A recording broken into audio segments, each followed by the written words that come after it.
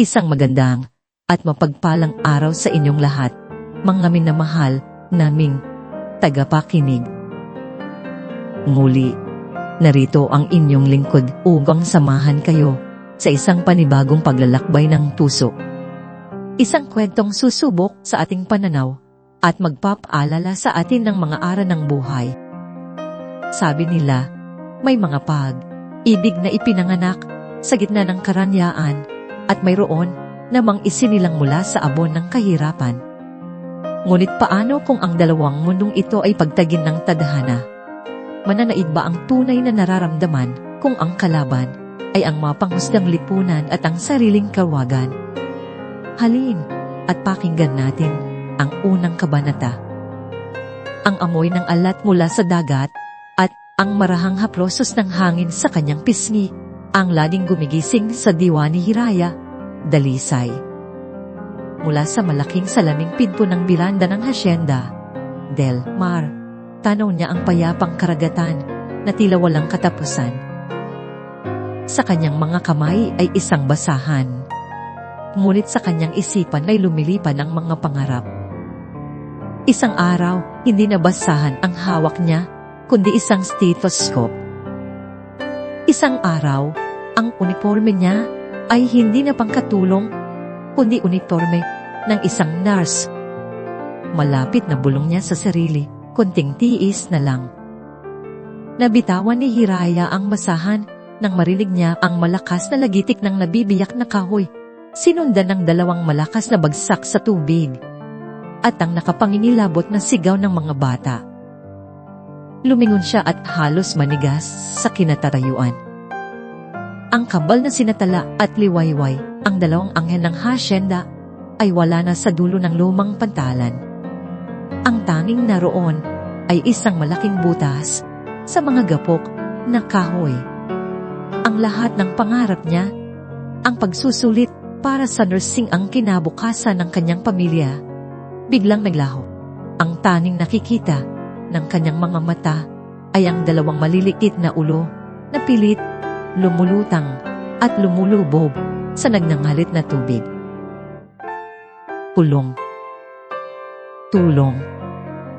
Sigaw ng maliit na sitala habang pilit na inaabot ang kamay ng kapatid na si Liwayway na umiyak na sa takot.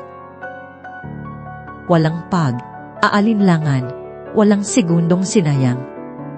Itinapon ni Hiraya ang kanyang tsinelas at buong bilis na tumakbo patungo sa pandalan.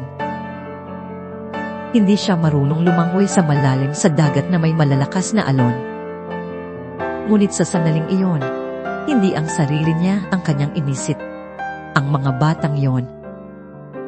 Ang mga batang nagbibigay kulay sa malungkot na mansyon ng tanging mahalaga. Tumalon siya. Ang malamig na tubig ay tila milyong karayom na tumusok sa kanyang balat. Ang lakas ng alon ay agad siyang hinampas at pilit na hinihila palalim. Ngunit gamit ang lahat ng natitirang lakas, pilit siyang lumangoy patungo sa kinaroroonan ng kambal. Naririnig niya ang mga sigawan mula sa dalampasigan ng mga boses ng iba pang kasangbahay na natataranta na rin. At Hiraya, umiiyak na sigaw ni Liwayway nang makita siya. Huwag kayong bibitaw sa isa't isa. Sigaw ni Hiraya. Pilit na nilalabanan ang pagod at ang tubig na pumapasok sa kanyang bibig. Nang maabot niya ang mga ito, agad niyang niyakap ang dalawang bata mula sa likuran. Pilit na itinataguyod ang kanilang mga ulo sa ibabaw ng tubig. Kumapit kayo sa akin. Sabi niya, kahit na ang sarili niyang mga braso ay nangangalay na. Bawat hampas ng alon ay tila martilyong dumudurob sa kanyang katawan. Ang dalampasigan ay mukhang malapit, ngunit parang 1 kilometro ang layo. Nagsimula siyang sipain ang kanyang mga binti. Itinutulak ang 3 katawan nila patungo sa pampang. Bawat metro ay isang tagumpay.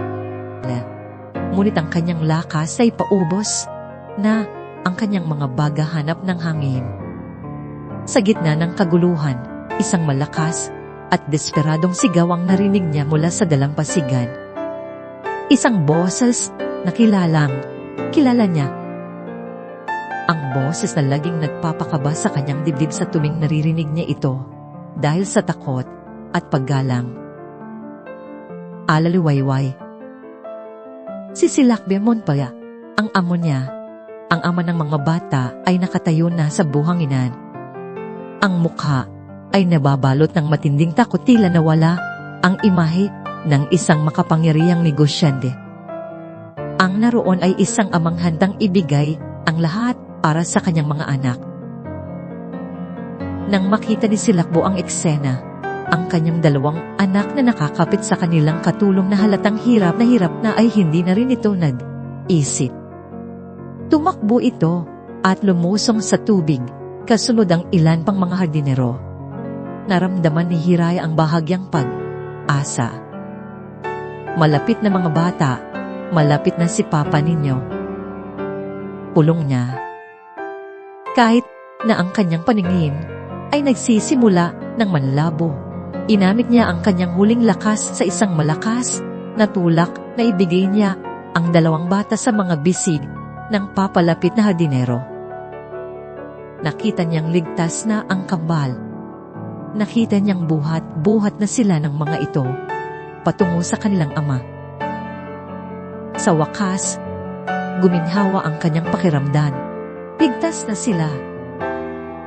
Ngunit sa kanyang pagpikit, naramdaman niya ang isang malakas na paghila mula sa ilalim. Isang dambuhalang alon ang humampas sa kanya mula sa likuran. Mas malakas kaysa sa mga nauna. Hindi na niya nagawang lumaban. Ang alat ng tubig ay pumuno sa kanyang ilong at lalamunan. Ang liwanag ng araw ay dahang naglaho, napalitan ng isang madilim at tahimik na kawalan. Ang huling bagay na narinig ng kanyang pandinig bago siya tuluyang nilamon ng karagatan ay ang sigaw ng isang lalaking pulo ng pagkasindak. Hiraya, ang bawat segundo ay parang isang oras. Ang bawat metro ay parang isang milya. Para kay Silakbo Montoya, ang mundo ay bumagal sa isang nakagbibing katahimikan habang hinihila niya ang walang malay na katawan ni Hiraya patungo sa dalampasigan. Ang mukha nitong maputla ang mga labing kulay, ubi ang kawalan ng buhay sa mga mata nito. Bawat detalye ay tila isang kutsilyong humihiwa sa kanyang dibdib. Uminga ka, gumising ka, sigaw niya, halos wala na sa sarili. Habang isinasagawa ang na natutunan niya sa isang training seminar maraming taon na ang nakalipas. Hindi niya inakala na gagamitin niya ito lalo na sa isang taong hanggang kahapon ay isa lamang anino sa kanyang malawak na pamamahay. Sa bawat diin niya sa dibdib nito, sa bawat ihip niya ng hangin sa mga labi nito, iisang tanong ang umuulit sa kanyang isip. Bakit niya ginawa yon? Pwede naman siyang sumigaw na lang ng tulong. Pwede niyang hintayin ng ibang tao. Ngunit hindi. Tumalon siya. Isinakripisyo niya ang kanyang sarili para sa mga anak niya nang sa wakas ay bumuga ito ng tubig at umubo. Ang tunog na yon, ang pinakamagandang musikang narinig ni Silakbo sa buong buhay niya. Mabilis ang mga sumunod na pangyayari. Ang pagdating ng ambulansya, ang pag-iyak ng kanyang kambal na anak. Ang pagmamaneho niya patungo sa ospital. Ang isip ay blanko. Ang puso ay kumakabog ng malakas. Sa pribadong silid ng ospital, ahimik siyang umupo sa tabi ng kama kung saan mahimbing na natutulog si Hiraya. Nakakabitan ito ng itik. Sabi ng doktor ay sobrang pagod at kakulangan ng oxygen. Ngunit magiging maayos din ito. Pumasok ang kanyang ama. Si Don, isa gani kasama, ang kamal. Agad na tumakbo ang mga ito sa kanya. Umiiyak. Papa, si Ate Hiraya po. Sinada niya kami. Umihikbin. Sabi ni Tala, ang mukha ay nakasubsob sa kanyang dibdib. She's Sahero, Papa. Dagdag ni Liway. The walls were so big, but she pasyelas po. Tinulak niya kami palayo sa alon. Ang bawat salita ng kanyang mga anak ay parang isang dagok sa kanyang konsensya, isang bayani. Ang babaeng ito na araw niyang nakikita, pero hindi naman talaga tinitingnan, ay isang bayani. Para sa kanya si Hiraya ay parte lang ng mga Mongbles. Isang unipormadong tauhan na naglilinis ng kanyang bahay at naghahain ng kanyang kape. Ngayon sa harap niya, ang babaeng ito ang dahilan kung bakit buo pa rin ang kanyang mundo. Nang maiwang isa sa silid, dahan niyang pinagmasdan si Hiraya. Ngayon lang niya napansin ang bahagyang kurba ng mga pilik mata nito. Ang nunal sa gilid ng labi at ang mga kamay nito. Ang mga kamay na nakapatong sa ibabaw ng kumot ay may mga kalyo, mga marka ng pagtatrabaho, mga marka ng buhay na hindi niya kailanman iintindihan. Tiningnan niya ang sarili niyang mga kamay. Malilinis, makikinis. Mga kamay na pumipirma lang ng mga at humahawak sa manibela ng mamahaling sasakyan. At sa unang pagkakataon, sa mahabang panahon, nakaramdam si Silakbo ng matinding hiya. Ito ang babaeng nagligtas sa kanyang mga anak. At hindi man lang niya alam ang papili nito bago ang araw na ito. Hindi niya alam ang mga pangarap nito. Hindi niya alam kung ano ang nagpapasaya o nagpapalungkot dito. Para sa kanya, isa lang siyang katulong. Isang mahinang ungol ang gumising sa kanya mula sa malalim na pag-iisip. Dahang iminulat ni Hiraya ang kanyang mga mata. Pahagyang nanlalabo pa nang makita siya nito, agad itong napabangon. Ngunit pinigilan niya, huwag kang bumangon. Magpahinga ka. Mahinang sabi ni Silakbo. Ang boses ay kakaiba sa sarili niyang pandinig. May halong labing na hindi niya alam na kaya niyang gawin. Ang unang mga salitang lumabas sa bibig ni Hiraya.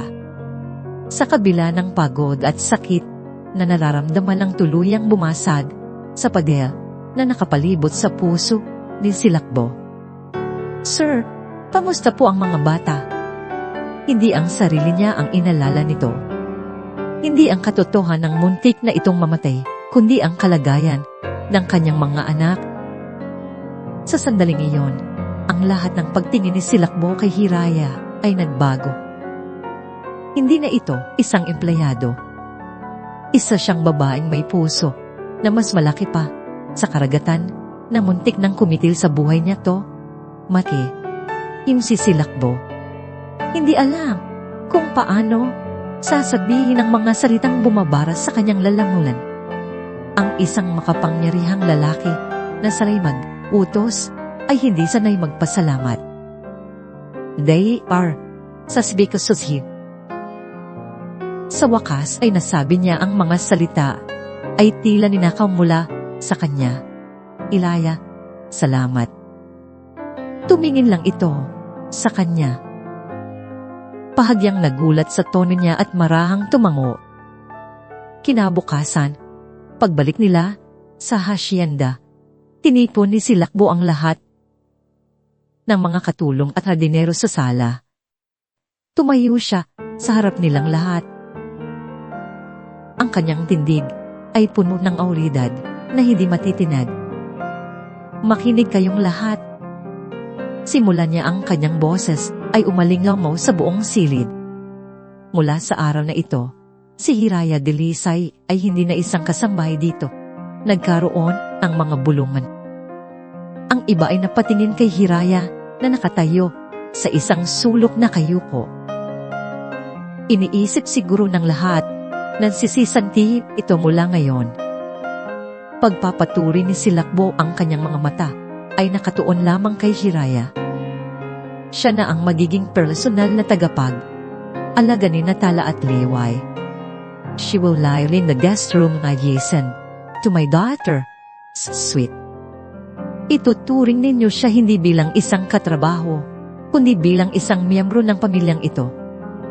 Maliwanag, ang katahimikan ay nabasag ng mga halatang pagkabigla sa mukha ng mga tauhan. Ang mga bulungan ay naging mas malakas, puno ng pagtataka at marahil konting inggit. Ngunit wala nang pakialam si Silakbo. Ang mahalaga, nabuksan na ang kanyang mga mata at ang babaeng nasa harap niya ngayon ay hindi na niya hahayaang maging isang anino lamang. Ang paglipat mula sa maliit na silid ng mga katpulong patungo sa maluwag na guest room sa tabi ng kwarto ng Kambal ay parang isang panaginip para kay Hiraya. Ang kama ay mas malambot. Ang bintana ay may mas magandang tanawin ng hardin at ang hangin ay tila masariwa. Ngunit sa bawat gabing nahihiga siya roon, may bahagi sa kanya na hindi pa rin makapaniwala. Ang lahat ng ito, ang biglaang pagbabago sa kanyang buhay, ay parang isang hiram na sandali lamang. Ngunit ang init na ibinibigay sa kanya ni Natala at Liwayway ang nagpaparamdam sa kanya na siya ay nasa tamang lugar. Hindi na siya Ate Hiraya na katulong, kundi Ate Hiraya na nila. Siya ang kanilang kalaro sa umaga, tagabasa ng kwento sa gabi at kasama sa panonood ng kartos. Isang hapon, naisita nilang magbigay ng cookies. Ang kusina na dati ay lugar ng trabaho para kay Hiraya ay naging isang palaruan. Ang tawanan ng mga bata ay umalingaw habang naghahalo sila ng harina na may mga mapulbos na tumatalsik sa kanilang mga mukha at damit. Ate Hiraya, look, I have a white beard like Lolo Isagani. Tuwang sabi ni Tala na puno ng hari ang paligid ng bibig. Napaniti si Hiraya, isang nangiting totoo at walang halong aalala sa mga sandaling iyon. Nakakaimutan niyang isa lang siyang hamak na empleyado. Ang pakiramdam ay isa siyang nakatatandang kapatid o marahil isang ina. Mula sa may pintuan ng kusina, tahimik na nanonood si Silakbo. Nakasandal siya sa hamba ng pinto. Ang mga braso ay naka-cross sa dibdib. Isang maliit at halos hindi mahahalata na ngiti ang nasa kanyang mga labi. Ang eksenang nasa harap niya ang magulo, ngunit masayang kusina. Ang tawa ng kanyang mga anak at ang babaeng naging sentro ng lahat ng iyon ay isang bagay na matagal na niyang hindi nakikita sa loob ng pamamahay na ito. Pinupuno ni Hiraya ang isang espasyong hindi niya alam na nabakante pala. Naramdaman ni Hiraya na may nakatingin. Dahan siyang lumingon at nagtama ang kanilang mga mata. Agad na uminit ang kanyang mga pisngi. Ngunit lang si Silakbo, isang nangiting hindi mapagmataas, kundi isang nangiting puno ng init. Pagok, tumalikod, at umalis, hinahayaan silang magpatuloy sa kanilang munting selebrasyon. Ang mga araw ay naging linggo. Ang pagiging ilag ni Hiraya kay Silakbo ay dahang napalitan ng isang komportableng katahimikan.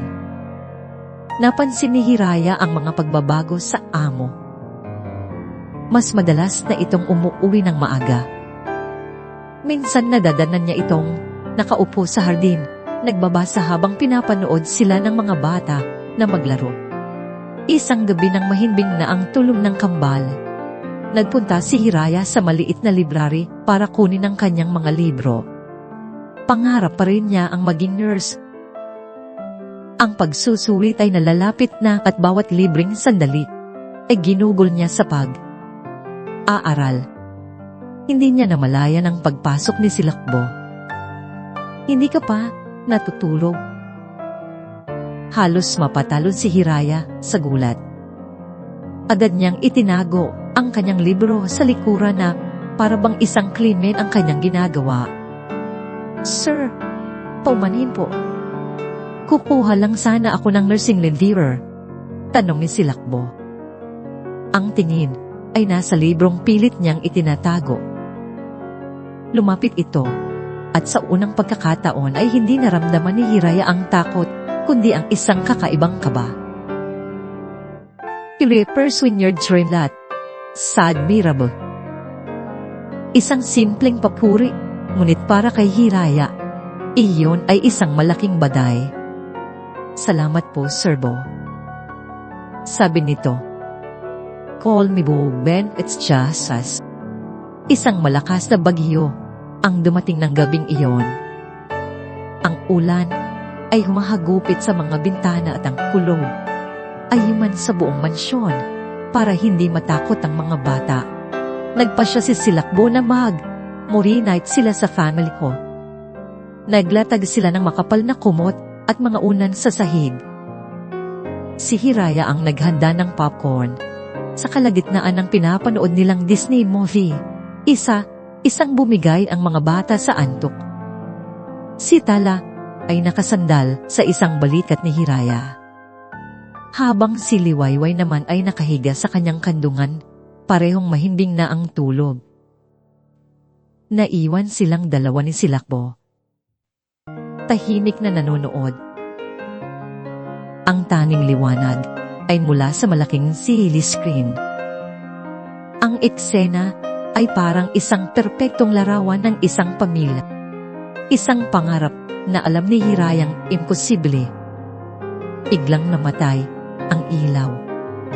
Isang malakas na kidlat ang gumungit sa kalangitan, sinundan ng dagundong ng kulog na nagpayanig sa buong bahay. Kasabay nito ang buong hasyenda ay binalot ng kadiliman. Thrown out, mahinang bulong ni Silakbo. Napahawak si Hiraya sa mga bata. Sa gitna ng dilim, naramdaman niya ang paggalaw ni Silakbo. Mukhang may hinahanap ito. Kasabay ng paggalaw niya, gumalaw din si Hiraya. Kinakapa ang cellphone na maaaring gamiting ilaw, at sa isang iglap sa gitna ng malamig at madilim na silid, ang kanilang mga kamay ay nagtama. Isang kuryente ang tila gumapang mula sa dulo, ang mga daliri ni Hiraya pataas sa kanyang buong braso. Tumiretso sa kanyang dibdib, kung saan ang puso niya ay biglang tumibok ng sobrang bilis. Ang init ng kamay ni Silakbo ay nanunuot sa kanyang balat. Pareho silang natigilan. Walang nagsasalta. Ang tanging maririnig ay ang patak ng ulan sa labas at ang kanilang sariling mga paginya. Nang biglang bumalik ang mga ilaw, tila sila napaso. Pagad na binawi ni Hiraya ang kanyang kamay. Ang mukha ay nag-aapoy sa hiya. Hindi siya makatingin ng diretsyo kay Silakbo na nakatingin din sa ibang direksyon. Bahagyang tumikin para itago ang sariling pagkailang. Ang katahimikan sa pagitan nila ay mas maingay pa kaysa sa kulob kanina. Sa gitna ng nakabibing katahimikan na yon, isang tunog mula sa labas ang bumasag sa lahat. Ang tunog ng isang makina ng isang mamahaling sasakyan na huminto sa harap ng mansyon. Ang mga ilaw nito ay tumago sa mga bintana tila dalawang matang mapanuri. Kasabay ng pagbukas ng pinto ng sasakyan, pumukas din ang pinto ng mansyon at pumasok ang isang security guard. Basa sa ulan, ang mukha ay puno ng pag-aalala. "Sir Bo, may bisita po kayo. Si Ma Tamaso, si Ma Amara po." Mula sa labas, isang babaeng matangkad at elegante na nababalot ng isang mamahaling Amerikana para protektahan ang sarili sa ulan. Ang dahang lumakad patungo sa pinto kahit sa malayo. Kita ang kumpiyansa at autoridad sa kanyang bawat hakbang. Itinaas niya ang kanyang tingin sa malaking bahay. Isang mapait na ngiti ang sumilay sa kanyang perpektong pulang mga labi. In the back, para kay Amara del Prado, ang Hacienda Mar ay hindi isang tahanan. Ito ay isang kaharian. Isang kahalyang minsan na niyang tinalikuran dahil sa aakalang makakahanap siya ng mas malaki at mas maning na palasyo. Ngayon, habang tumatayo siya sa inglanding pinto nito, basa ng ulan at nilalamig hanggang sa buto. Alam niyang nagkamali siya at gagawin niya ang lahat para mabawi ang tronong iniwan niya. Ang unang niyang nakita ay si Silakbo, ang dati niyang asawa. Ang lalaking nagmamay-ari ng lahat ng ito. Ang kanyang tiket, pabalik sa buhay na nararapat para sa kanya. Nakatayo ito roon. Ang katawan ay tensyonado. Ang panga ay matigas. Galit pa rin. Mabuti isip ni Amara. Ang galit ay mas madaling laruin kaysa sa awa.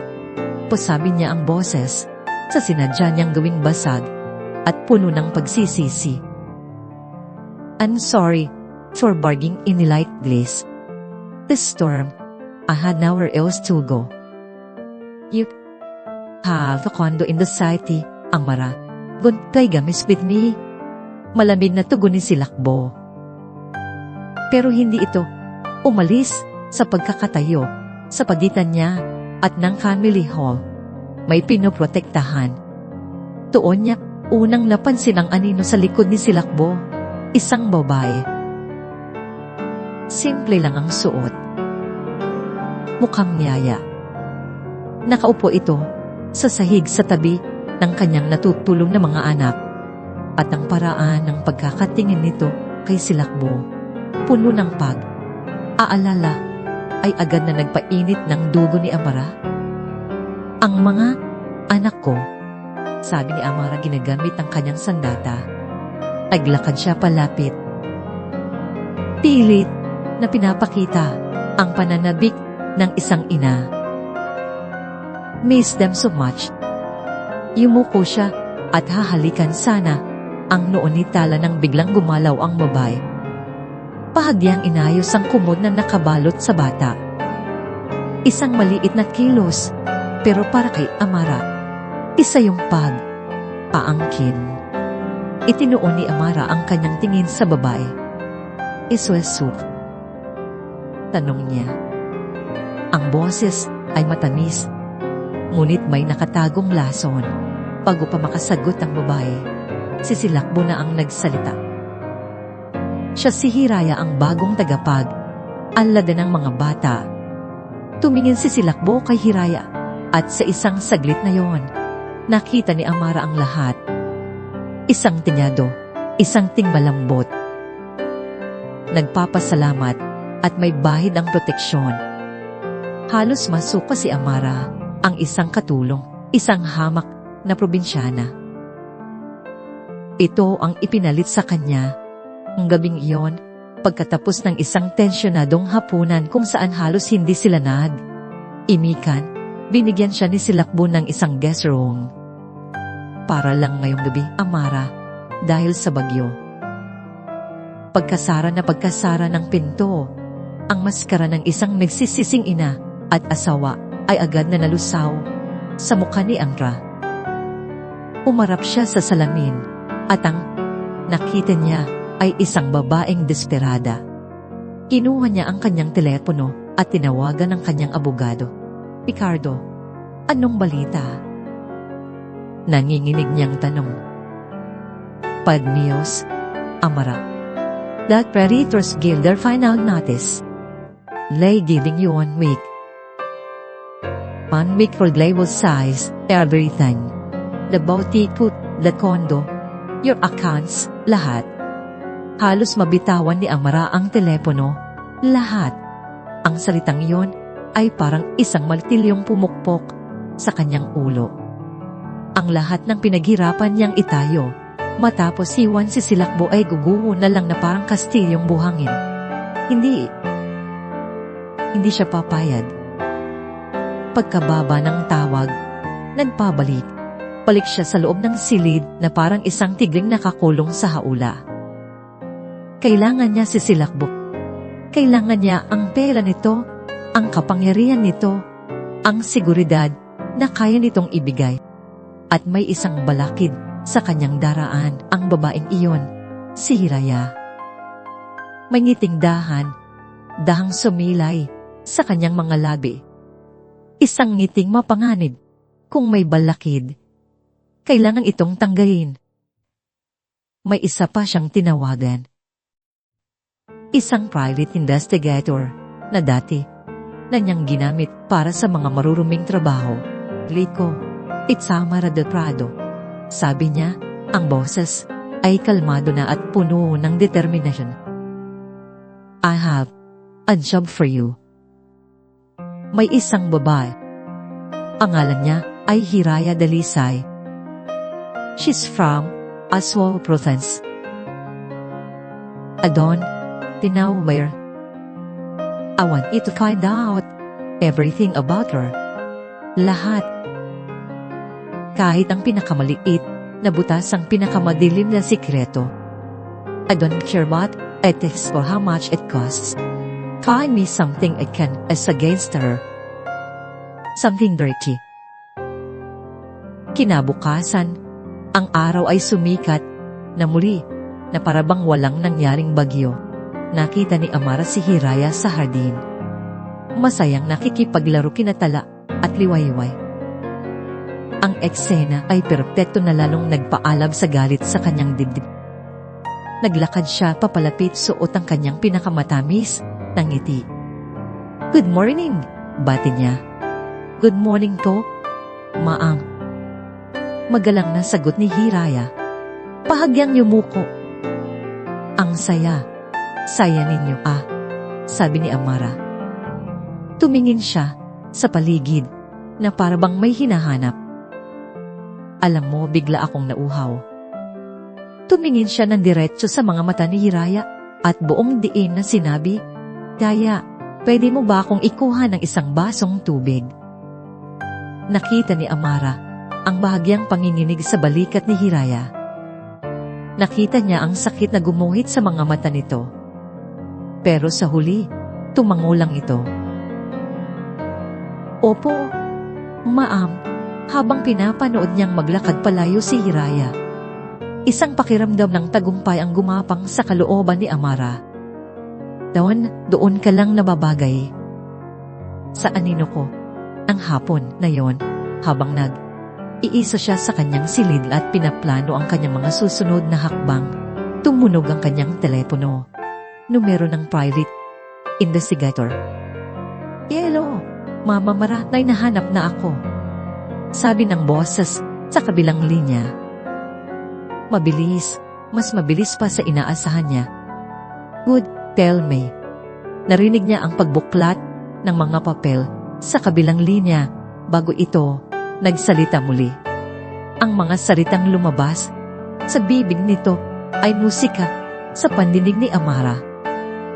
May nahanap akong madilim na sikreto sa probinsya niya. Isang lalaki, isang nangiting demonyo ang dahang gumuhit sa mga labi ni Amara del Prado. Perfect. Pulong niya. Tell me, errorism.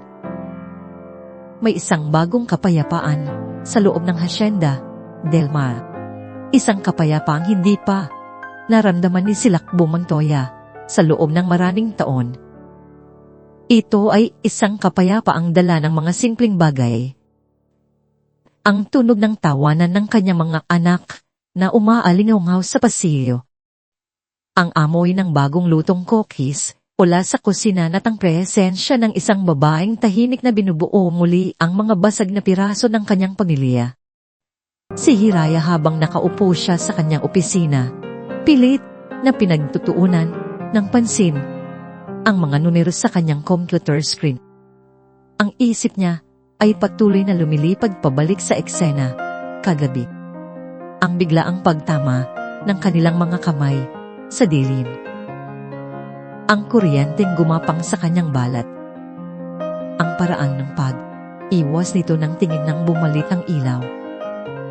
Isang bagay sa loob niya ang nagising. Isang pakiramdam na matagal na niyang ibinaon. Isang pakiramdam na ipinagbabawal niya sa kanyang sarili. Ang pagdating ni Amara ay parang isang balding malamig na tubig na ibinuhos sa kanyang ulo. Isang paalala ng komplikadong mundo kung saan siya nabibilang. Isang mundong may mga panuntunan. Isang mundong hindi basta pinaghahalo ang amo at ang empleyado. Pumasok si Amara sa kanyang opisina nang hindi kumakatok. Isang ugali nito na kinaiinisan niya. May dala itong isang tasa ng kape. May coffee bow. Just the way you might it. Sabi nito, ang nangiti ay perpekto. Ngunit ang mga mata ay tila may ibang sinasabi. Salamat. Tipid niyang sagot. Hindi inaalis ang tingin sa computer. Nagkunwari itong may inaayos. Sa isang instante ng libro. Bigla aksidente nitong nabitawan ang dala nitong handbag. Ang mga laman nito ay kumalat sa sahig. Oh, imsuklon si, sabi nito. Agad na yumuko para pulutin ang mga gamit. Napatayo si Silakbo para tumulong. Ngunit pinigilan siya nito. No, it's okay. Ako na. Mabilis nitong ipinasok ang mga gamit sa loob ng bag. Ngunit sa pagmamadali, isang brown na folder ang naiwan nito sa ilalim ng kanyang mesa. Hindi ito napansin ni Amara o sinadya nitong hindi mapansin at mabilis na itong lumabas ng opisina. Naiwan ang folder sa sahig. Tinitigan ito ni Silakbo. May nakasulat sa labas. Personal ang isang bahagi ng kanyang ay nagsasabing huwag itong pakialaman, ngunit ang kuryosidad at marahil isang masamang pangitay ng nag-udyok sa kanya na damputing nito. Pagbukas niya ng folder, ang unang tumambad sa kanya ay isang litrato. Isang litratong malabo. Tila kinunan mula sa malayo si Hiraya. Nakatalikod ito kausap ang isang lalaki sa may kanto ng isang kalye sa probinsya. May inaabot na sobre ang lalaki kay Hiraya. May kasunod pa mga litrato. Si Hiraya na nakaupo kasama ang lalaki sa isang simpleng kainan. Si Hiraya na may kausap sa telepono habang palihim na sumusukulyat sa paligid. Ang bawat kuha ay malabo. Ngunit kapag pinagsama, bumubuo ito ng isang kwentong nakakabahala. Sa ilalim ng mga litrato ay may mga kopya ng bank statement, isang bank account na nakapangalan kay Hiraya Dalisay. Nakita niya ang sunod na malalaking cash deposit sa loob ng nakalipas na taon. Bawat isa ay may kasamang malabong deskripsyon. Ang mga halaga ay hindi tumutugma sa sweldo ng isang simpleng kasambahay. Biglang bumukas ang pinto. Pumasok si Andra. Ang mukha ay nagpapakitan ng pagkataranta. Oh my God, Bo! May folder. Nakita mo ba? Nang makita nito ang folder sa kamay ni Silakbo, ang pagkataranda nito ay napalitan ng pagkagulat. Oh no! Nakita mo? Ano ito? Amara? Tanong ni Silakbo. Ang boss ay mababa, at puno ng panganib. Walahian, Bo. Private investigation staff. May kaibigan lang akong humingi ng tulong. Pagsisinungaling nito, bakit narito ang pangalan at mga litrato ni Hiraya? Kiit niya Napabundong hininga si Amara. Umupo sa silya sa harap niya at ipinakita ang mukha ng isang taong labis na nag-aalala. Okay, son. I was worried na aalala ako para sa mga bata. Kaya tanong ako tungkol sa kanya. At ano ang nalaman mo? May mga bulungan sa probinsya nila. Malungkot na sabi ni Amara, may reputation daw siya tungkol sa mga lalaki sa pera. Nang makita ko ang mga yan, ayokong maniwala. Baka nagkakamali lang sila. That's why I didn't want to show you. Baka mali ang interpretasyon ko. Ang bawat salita ni Amara ay isang patak ng lason na dahan-dahang kumakalat sa isip ni Silakbo. Ang imahe ni Hiraya na buong tapang na sumagip sa kanyang mga anak ay biglang nagsimulang magbago. Ang mga kalyo sa kamay nito na dati ay simbolo ng dignidad ay ngayon ay tila naging simbolo ng pagsasamantala. Ang kwit din niyang nakatago ang pagiging mapanghusga. Ang paniniwalang ang mga taong tulad ni Hiraya ay laging may motibo ay nagising. Mas madali para sa kanyang isipan na tanggapin na si Hiraya ay isang manloloko. Kaya tanggapin na siya. Si Silakbong Montoya ay nahuhulog sa isang simpleng katulong. Pong araw, pinanood niya si Hiraya. Bawat kilos nito ay binibigyan niya ng ibang kahulugan. Nang makita niya itong mumiti habang may kausap sa telepono at lumabas sa hardin para sa privacy, ang dati inosenteng kilos ay naging isang hinalang gawain. Sino ang kausap niya? Ang lalaki ba sa litrato? Nang maghain ito ng hapunan, ang dating paghanga niya sa kasipagan nito ay napalitan ng pagdududa ang kabaitan. Bang ito ay totoo o parte ng isang mas malaking plano? Ang pakikitungo niya ay naging malamig. Hindi na niya ito tinitingnan sa mata. Ang mga sagot niya ay naging matipid at formal. Naramdaman ito ni Hiraya. Nakita niya ang kalituhan at sakit sa mga mata nito sa tuwing magsasalubong sila. Ngunit lalo lang nitong pinatigas ang puso niya. Magaling siyang umarte, sabi ng isang boses sa kanyang isipan. Nang gumabi, umupo si Silakbo sa kanyang madilim na opisina. Ang folder ay nakabukas pa rin sa kanyang mesa na parang isang hatol. Ang init na naramdaman niya kagabi ay napalitan ng isang nagyayelong galit. Galit sa dahil sa muntik na siyang magpaloko at galit sa babaeng pinagkatiwalaan niya. Kinuha niya ang intercom na konektado sa mga silid ng buong bahay. Pinot niya ang button para sa guest room. Ang kanyang boses, nang lumabas ito, ay walang emosyon. Malamig at mapanganib. Hiraya, pumasok ka sa opisina ko. May kailangan tayong pag-usapan. Ang bawat hakbang ni Hiraya patungo sa opisina ni Silakbo ay tila isang paglakad sa isang walang katapusang pasilyo. Ang kanyang puso ay kumakabog ng malakas, hindi dahil sa takot, kundi dahil sa matinding kaba at pagkalito. Mula nang dumating si Amara, nagbago ang lahat. Ang init sa mga mata nito ay napalitan ng lamig. Ang kanyang boses ay naging formal at ang kanyang presensya ay tila isang padal na hindi niya kayang abutin. Ano ang mali? Ano ang nagawa niya? Kumatok siya ng marahan. Sir, pinapatawag niyo po ako. Pumasok ka. Malamig na sagot ni Silakbo. Dahan niyang binuksan ang pinto. Pumungad sa kanya ang opisina. Malaki, elegante, at puno ng kapangyarihan. Nakaupo si Silakbo sa likod ng kanyang malaking mesa. Ang mga mata ay nakatingin ng matalin sa kanya. Sa mesa, may nakalatag na isang brown folder. "Hiraya," sabi ni Silakbo, walang bakas ng emosyon sa kanyang boses. "Umupo ka."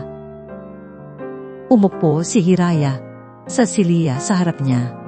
Ang mga kamay ay magalang na nakapatong sa kanyang kandungan. Ang lamig sa hangin ay hindi lang dahil sa aircon. May bumabalot sa silid na mas mabigat kaysa sa temperatura. Marami tayong pag-uusapan. Patuloy ni Silakbo at ibinagsak niya ang folder sa mesa sapat upang ingay at mapatalon si Hiraya. "Kumalat ang mga litrato at papel. Ipaliwanag mo ito." Lumaki ang mga mata ni Hiraya nang makita ang mga laman ng folder, mga litrato niya, mga bank statement. Ang mga larawang iyon, malabo, ngunit malinaw na siya, ay nagpakaba sa kanya. Sino ang kumuha ng mga iyon? "Bakit, sir? Hindi ko po alam kung ano ang mga yan." Nautal niyang sabi. Pilit na inabot ang isang litrato. "Huwag mong hawakan." Matalin na sabi ni Silakbo at inalis ang kanyang kamay. "Mga litrato mo yan, Hiraya. Kasama ang isang lalaki at ang mga bank statement na ito nagpapakita ng malalaking deposito na hindi kailanman tutugma sa sweldo mo bilang isang katulong." Pinilit ni Hiraya na huminga ng malalim. "Sir, wala po akong alam sa mga yan." "Hindi po totoo ang anumang iniisip niyo talaga." Tumayo si Silakbo. Ang kanyang tinig ay tumaas.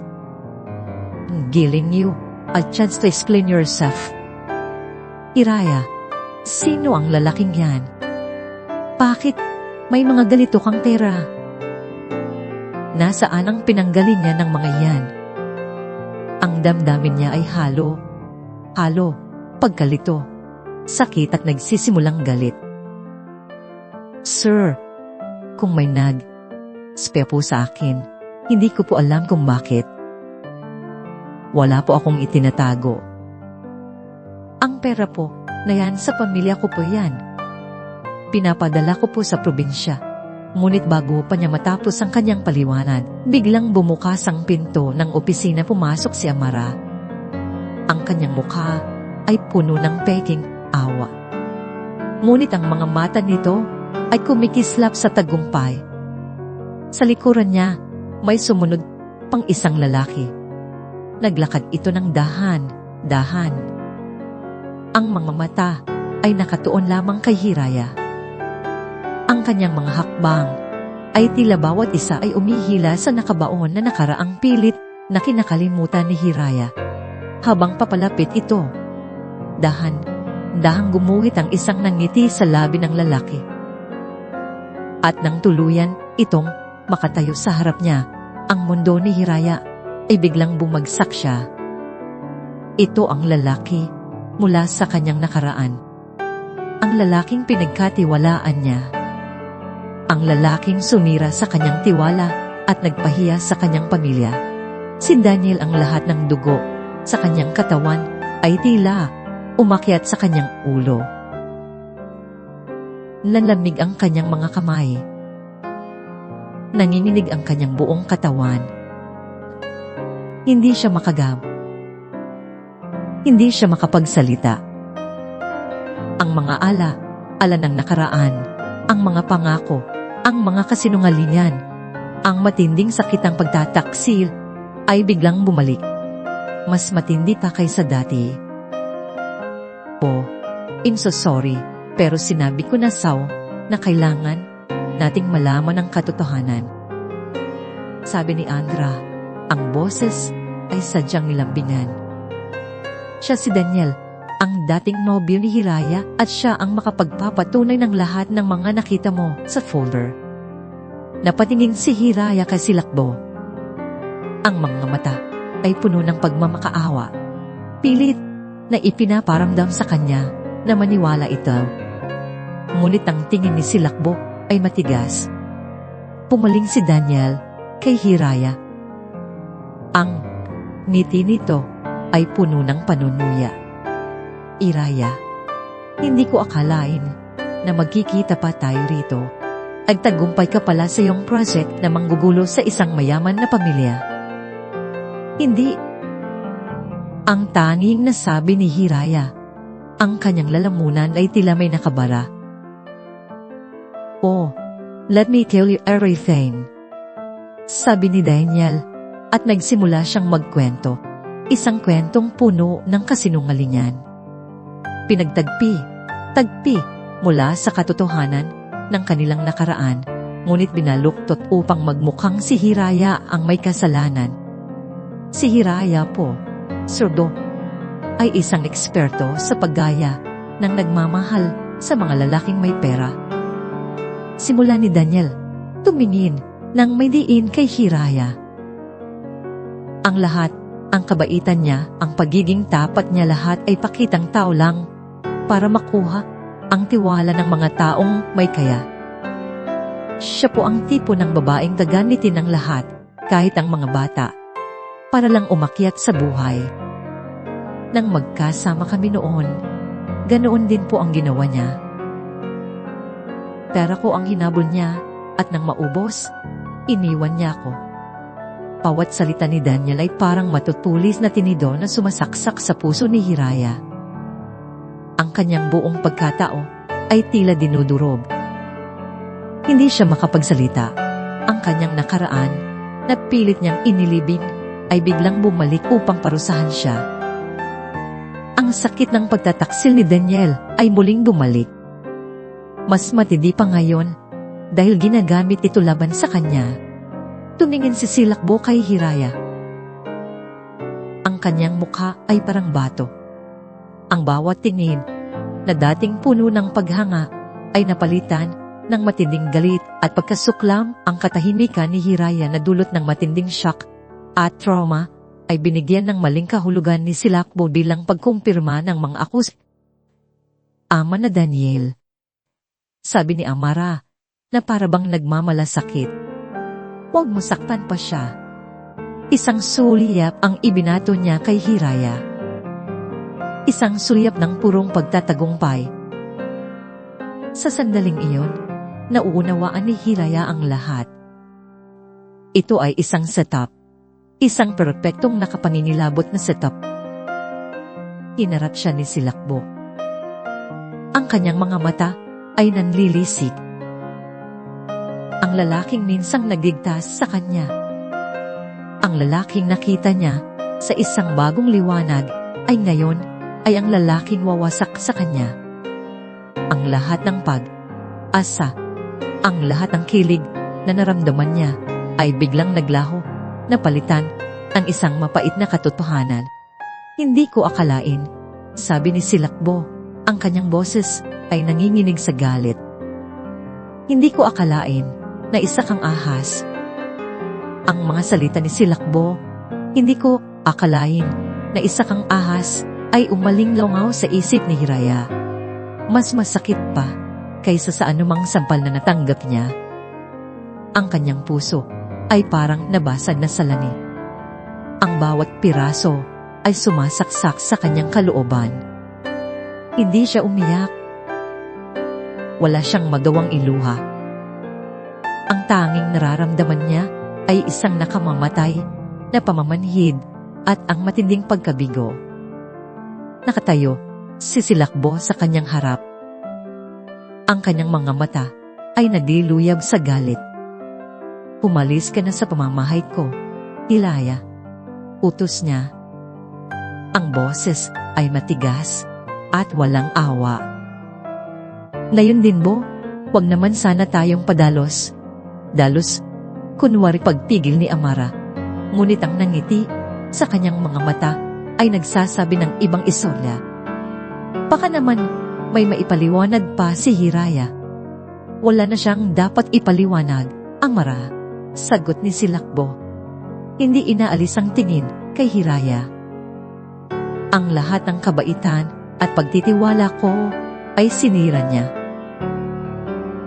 ang pagliligtas niya sa mga anak ko. Isang pakitang tao lamang. Isang paraan para makapasok siya sa buhay ko. Sa aman ko. Hindi po totoo yan, sir. Sa wakas ay nakapagsalita si Hiraya. Ang boses ay nanginginig, ngunit puno ng pilit na lakas. Ang pagliligtas ko po kinatala at liwayway. Tukal po sa puso ko, iyon. Hindi po ako katulad ng iniisip nyo. Hindi po ako magnanakaw. Kumuha si Silakbo ng isang makapal na bungkusang pera mula sa kanyang drawer.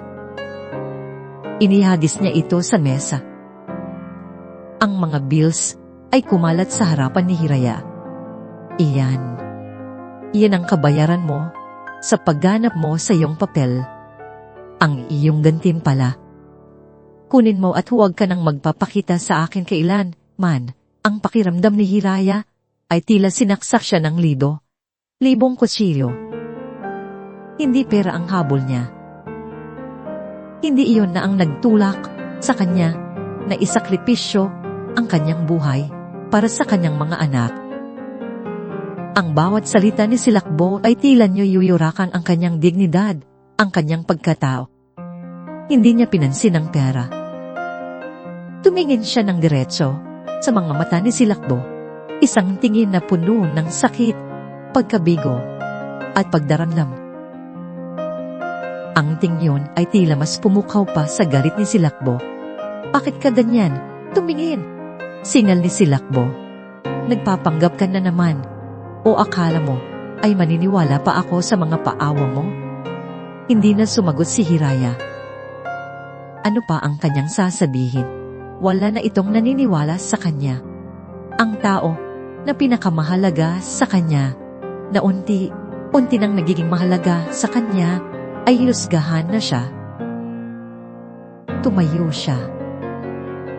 Dahang naglakad, papalabas ng opisina. Hiraya, sandali lang. Sigaw ni Amara, kunwari sinusundan siya. Ngunit nang makalabas sila sa opisina, hinawakan ni Amara ang braso ni Hiraya. Ang ngiti sa kanyang labi ay walang awa. Wala ka talagang laban, Hiraya. Iyan ang tandaan mo, never ka mananalo sa akin. This is my kingdom and you. You're just a pit.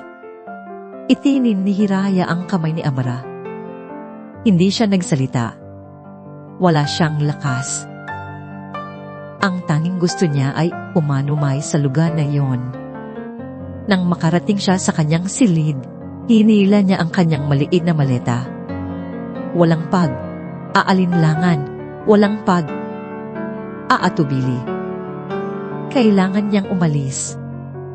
Dahan niyang inilagay ang ilang damit. Isang maliit na kahon ang naulog mula sa kanyang kumot. Isang regalo mula kay Tala at Liwayway. Isang handmade bracelet na may pangalan nila. Nang makita niya yon, doon lang unting lumabas ang luha na kanila pa niya pinipigilan ang mga bata. Paano na ang mga bata? Mahal na mahal niya ang mga ito, ngunit wala na siyang magagawa. Hindi na siya pwedeng manatili sa lugar na ito. Ang sakit ay sobra na. Nang makalabas siya sa guest room, nakasalubong niya si Don Isaganin na papalabas sa kwarto ng kambal.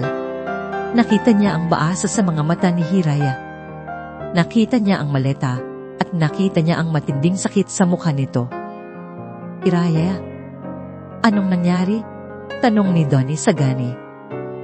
Ang kanyang mga mata ay puno ng pagtataka at pag-aalala. Pilit nang umiti si Hiraya, isang ngiting puno ng pait. Aalis na po ako, Don Isagani. Ayos. Bakit? Anong sinabi ni Bo? Bago pa makasagot si Hiraya, narinig niya ang boses ni Lakbo mula sa sala. Sinibak ko siya, Lolo.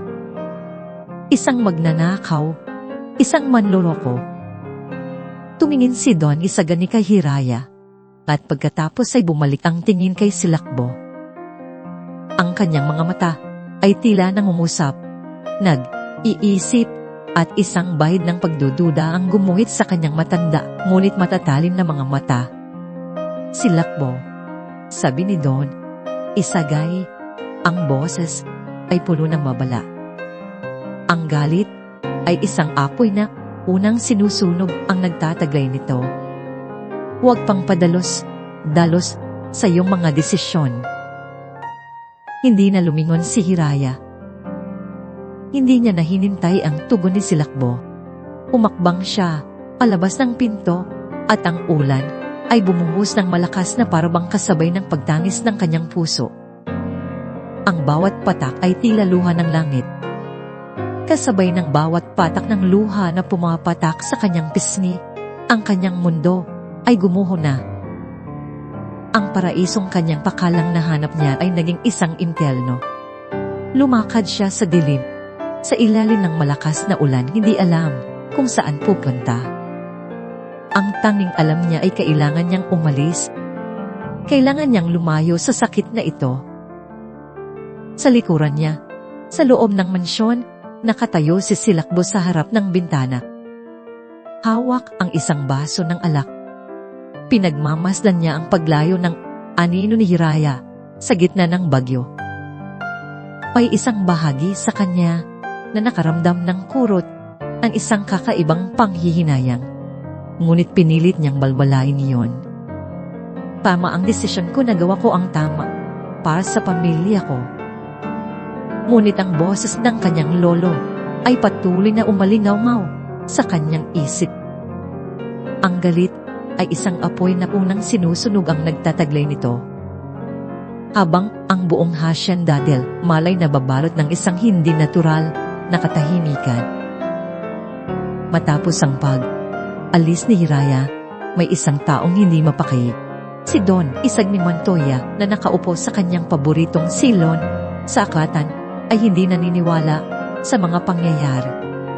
Ang kanyang mahabang buhay ay nagturo sa kanya na kilalanin ang isang taong tapat mula sa isang sinungaling, at sa mga mata ni Hiraya sa kabila ng sakit at pagkabigo. Wala siyang nakitang kasinungalingan. Sa kabilang banda, sa mga mata ni Amara, nakita niya ang isang pamilyar na kislap. Ang kislap ng desperasyon at panlilin lang. Alam niyang may mali. Alam niyang ang apo niyang si Silakbo na bulag sa galit at nasaktang pride ay nagkamali ng desisyon. Kinabukasan, habang abala si Amara sa pagbabalik ng kanyang impluensya sa mansyon, at si Silakbo ay pilit na ibinabaon ang sarili sa trabaho. Gumawa ng isang tawag si Don Isagani. Isang tawag sa isang matalik na kaibigan. Isang retiradong general na ngayon ay may-ari ng isa sa pinakamanghusay na private investigation agency sa bansa. Arturo, kailangan ko ng pabor. Simula ni Don Isagani, ang kanyang boses ay mahinahon, ngunit puno ng bigat. Isang pabor na kailangan nating gawin ng mabilis at tahimik. Ibinigay niya ang lahat ng detalye.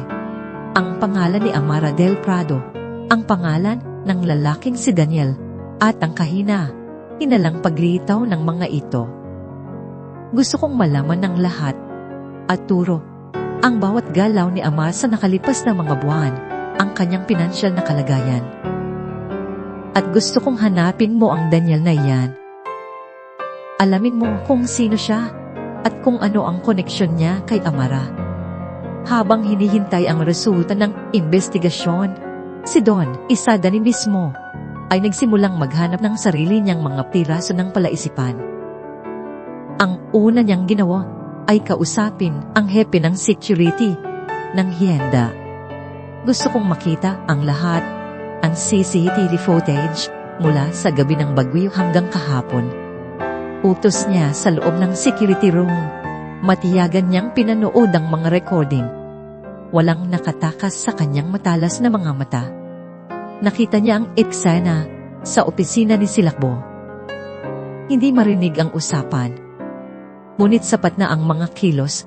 Nakita niya ang pagpasok ni Amara kasama si Daniel. At doon sa isang maliit na sandali na hindi napansin ang iba, nakita niya ang halos hindi mahahalata na pagtango ni Amara kay Daniel bago sila pumasok. Isang senyas. Pagkatapos pinanood niya ang eksena sa labas ng opisina. Nakita niya ang mahigpit na pagkakahawak ni Amara sa braso ni Hiraya at ang mga salitang sinabi nito na kahit walang tunog ay malinaw na isang pananakot base sa reaksyon ni Hiraya. Ang mga piraso ay nagsisimula ng magkabit-kabit. Makalipas ang 2 araw, tumawag si Arturo. Isaagi, mayroon na akong mga unang ulat, sabi ng general sa kabilang linya. At hindi mo ito magugustuhan. Sabihin mo sa akin, maaring sabi ni Don Isagani ang Del Prado Fashions ay lubog sa utang. Malapit ng foreclose ang lahat ng assets niya, desperada na siya Isagani. Kailangan niya ng pera at mabilis. Napapikit si Don Isagani. Ito na nga ang sinasabi niya, ang motibo. At ang lalaking si Daniel, tanong niya, Daniel, may record ng panluloko sa probinsya nila at heto ang pinakamalaking ebidensya. Kaibigan, sabi ni Arturo, nakuha ng team ko ang isang kopya ng bank transfer 2 araw bago ang insidente sa hacienda ninyo. Nakatanggap si Daniel Resbongo. Hulaan mo kung kaninong bank account galing. Hindi na kailangang sumagot ni Don Isagani. Alam na niya. Galing sa offshore account ng personal assistant ni Amara del Prado. Ang huling piraso ng palaisipan ay nalagay na sa lugar. Ang lahat ay isang palabas, isang marumi, at desperadong plano. Isang kasinungalingan na sumira sa buhay ng isang inosenteng babae at nagbulag sa kanyang apo. Nang gabing iyon, ipinatawag ni Don Isagani ang kanyang apo sa aklatan, si Silakbo, na mukhang mas pagod at irritable kaysa dati, ay pumasok na may halong init. Lolo, kung ito ay tungkol na naman kay Hiraya, hindi na niya pinatapos ang sasabihin nito. Walang salitang lumabas sa bibig ni Don Isagani. Sa halip, kinuha niya ang isang bagong brown folder. Ang folder na naglalaman ng katotohanan at marahan itong inilapag sa mesang nakapagitan sa kanila. Ang tunog ng paglapag nito ay tila isang malakas na dagundong sa tahimik na silid. Ano po ito? Nagtatakang tanong ni Silakbo. Tinitigan ni Don Isagani ang kanyang apo ng diretsyo sa mga mata. Ang kanyang tingin ay binaghalong awa at matinding pagkadismaya. Anak, sabi niya. Ang kanyang boses ay kalmado, ngunit may bigat na kayang bumasag ng bakal. Oras na para malaman mo ang katotohanang sinira mo. Ang tingin ni Don Isagani ay hindi pwedeng suway. Mayroong bigat at awridad sa kanyang mga mata na nagtulak kay Silakbo upang dahang abuti ng folder sa mesa. Ang kanyang puso ay kumakabog ng malakas hindi dahil sa galit, kundi dahil sa isang kakaibang takot. Pagbukat niya sa folder, bumungad sa kanya ang mga dokumento, isang bank statement, hindi sa pangalan ni Hiraya, kundi sa pangalan ni Amara del Prado.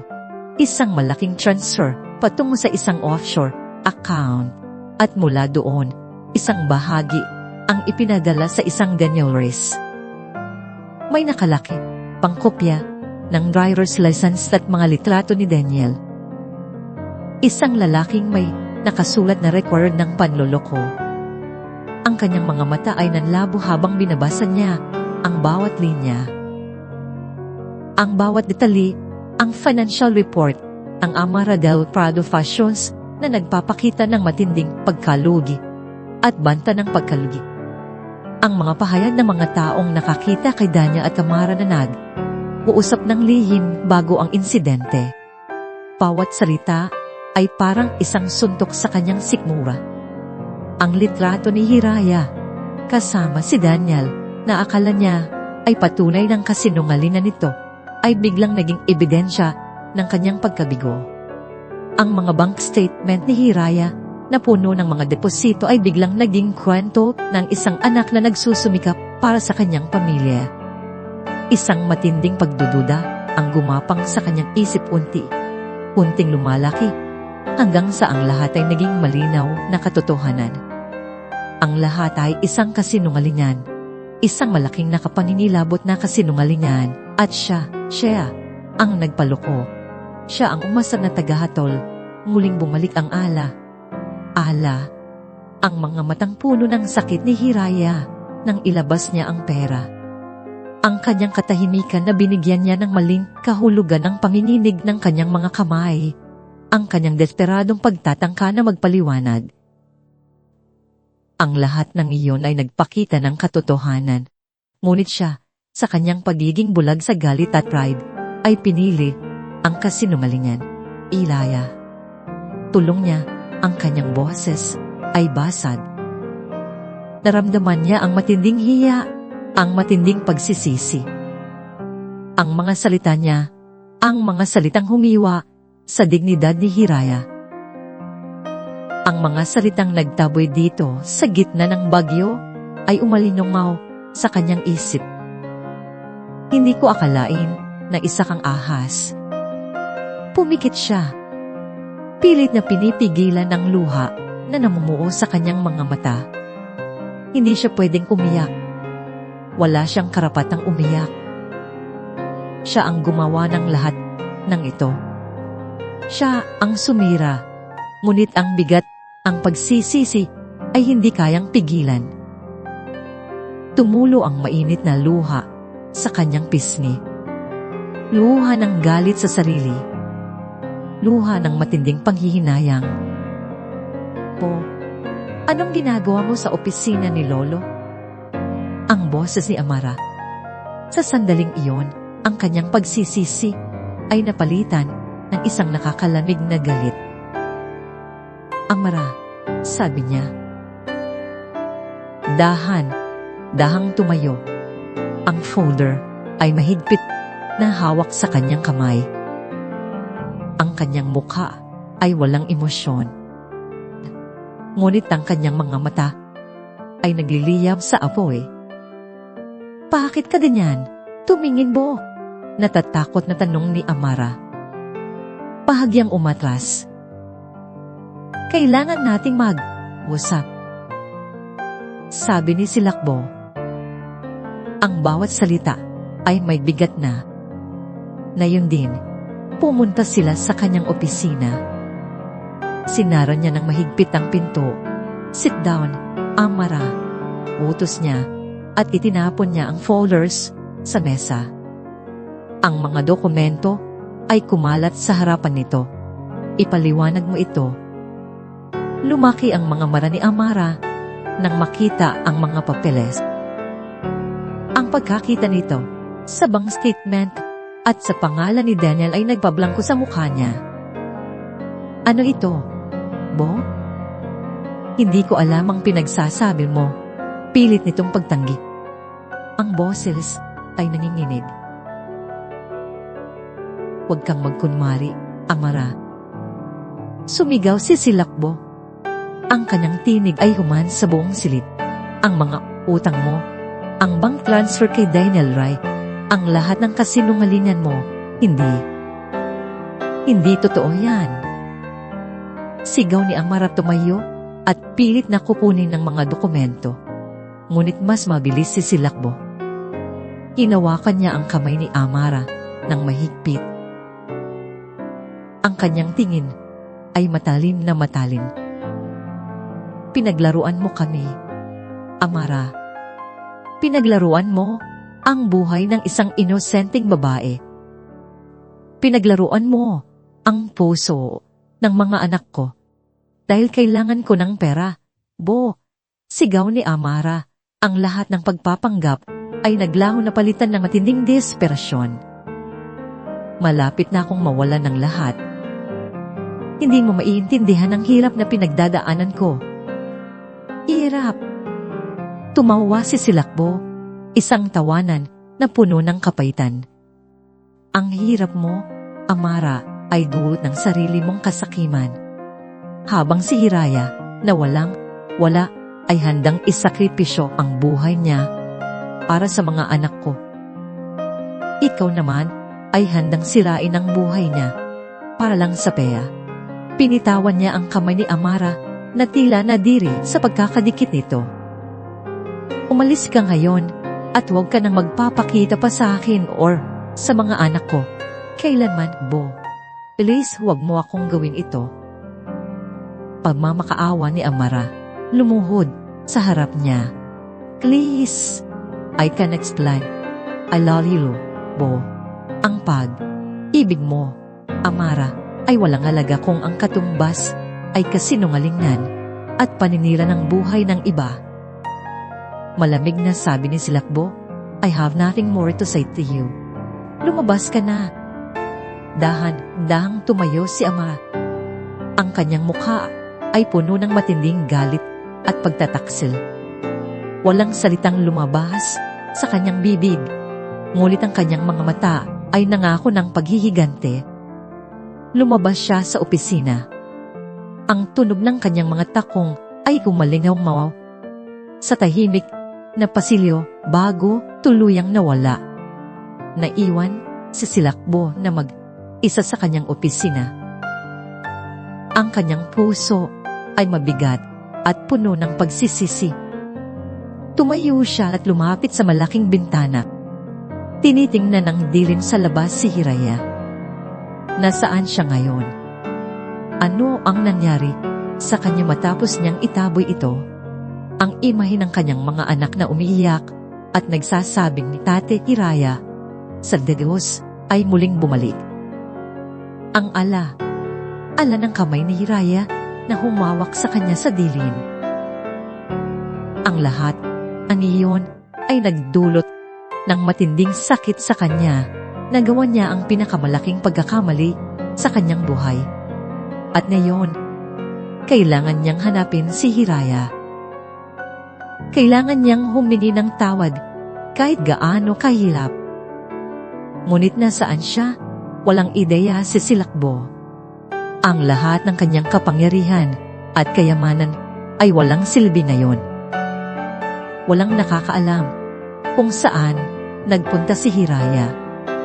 Mga buwan na ang lumipas, ang sariwang amoy ng kape at bagong lutong tinapay.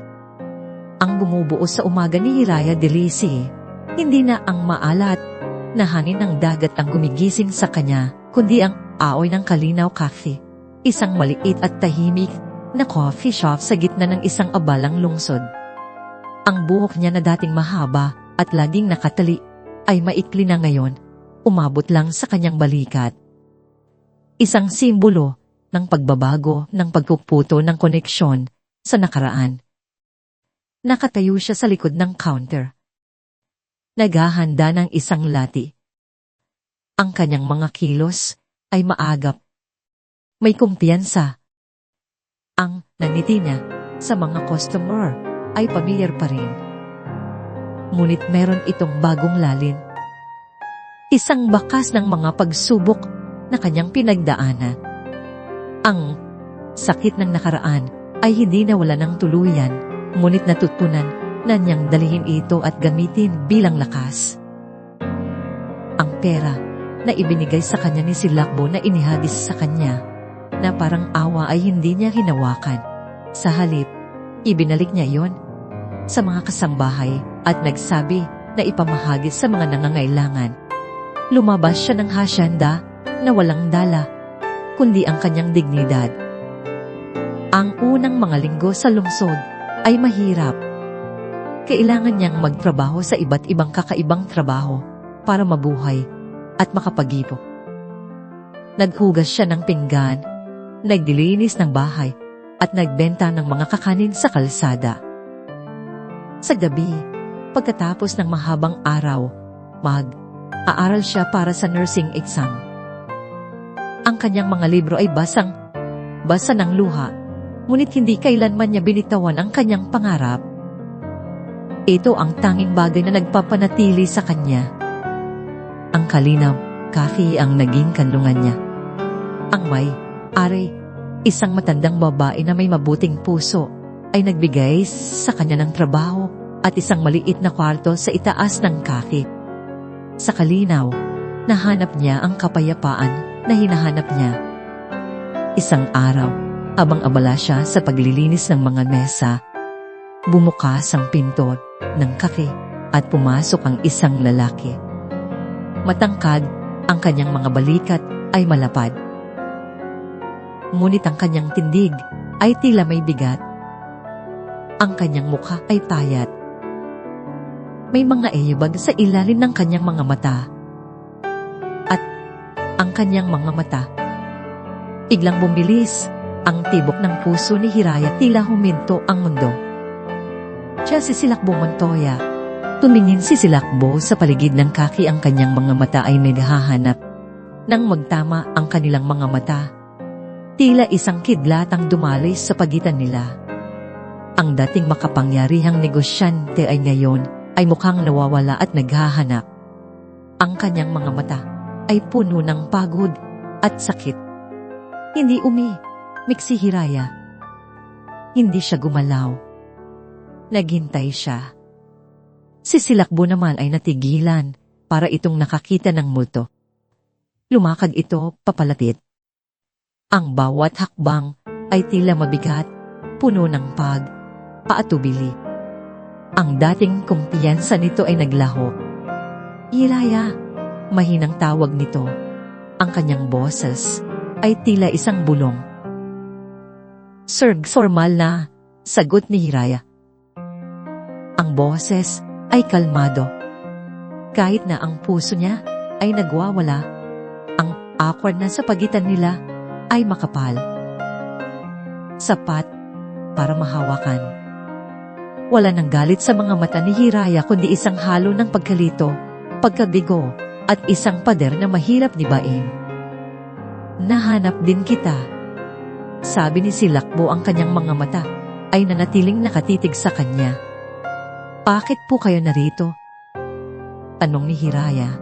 Walang bahid ang pag-iimbita. Gusto kong humingi ng tawad. Diretsyong sabi ni Silakbo. Ang kanyang mga balikat ay bahagyang bumaba. Alam ko na ang lahat. Nagkamali ako. Sobrang nagkamali ako. Naging bulag ako sa galit at pride. Naimang tahimik si Hiraya. Hinintay niya ang mga salitang ito, ngunit nang sa wakas ay marinig niya. Hindi niya alam kung ano ang kanyang mararamdaman. Ang sakit ay malalim pa rin. Nagdusa po ako, Sirbo. Mahinang sabi ni Hiraya. Ang kanyang dingin ay nakatuon sa tasa ng kape na hawak niya. Maraming gabi po akong umiyak. Hindi alam kung saan kukunin ang lakas para bumangon kinabukasan. Ang dignidad ko po ay niyurakan niyo. Alam ko, sagot ni Silakbo. Ang kanyang tinig ay puno ng pagsisisi at iyon ang pinagsisisihan ko ng sobra. Gusto kong itama ang lahat. Gusto kong humingi ang tawad, Hiraya. Please. Tumingin si Hiraya sa kanya. Ang kanyang mga mata ay hindi na nagpapakita ng dating pagiging inosente. May matinding kalungkutan, ngunit meron ding lakas. Hindi na po ako ang Hiraya na umalis sa asyenda niyo, Sirbo, sabi niya. Ang kanyang boses ay matatag. Ang Hiraya na yon ay mahina. Ang Hiraya na yon ay madaling lokohin. Pero ngayon, natuto na po ako. Kaya ko na pong tumayo sa sarili kong mga paa. Umorder, sisilakbo ng kape, at pumupos sa isang sulok ng coffee. Hindi niya ginulo si Hiraya. Inayaan niya lang itong magtrabaho. Oras habang umiinom siya ng kanyang kape, pinagmamasdan niya si Hiraya. Nakita niya ang bawat ngiti nito sa mga pusor. Ang bawat galaw nito na puno ng bagong kumpiyansa. Nakita niya ang isang Hiraya na mas matibay, mas maganda at mas malaya. Kinabukasan, naroon na naman siya at sa susunod na araw at sa susunod pa araw darating si Silakbo. Uupo sa parehong sulok, iinom ng kape, at tahimik na magmamasid kay Hiraya. Hindi siya nagsasalita. Hindi siya nangungulit. Tila ba pinipilit niyang ipakita sa pamamagitan ng kanyang presensya ang kanyang pagsisisi at pagbabago. Isang hapon habang examine si Hiraya sa isa sa kanyang mga reliever para sa nursing, dumating ang isang courier. May dala itong isang sealed envelope para sa kanya. Pinuksan niya ang sobre. Ang kanyang puso ay kumakabog. Sa loob ay isang sulat na may opisyal na logo. Pinuksan niya ito at binasa. Congratulations, Hiraya Dilisay.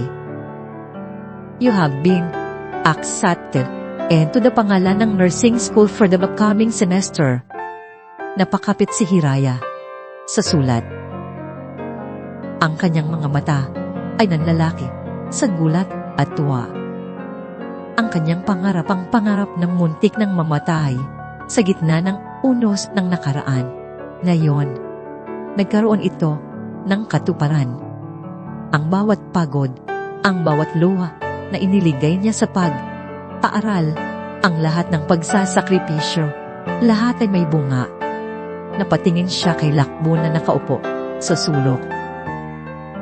Nakatingin sa kanya ng may isang maliit na ngiti, isang ngiting puno ng pag-asa, hindi ng pag-aangkin.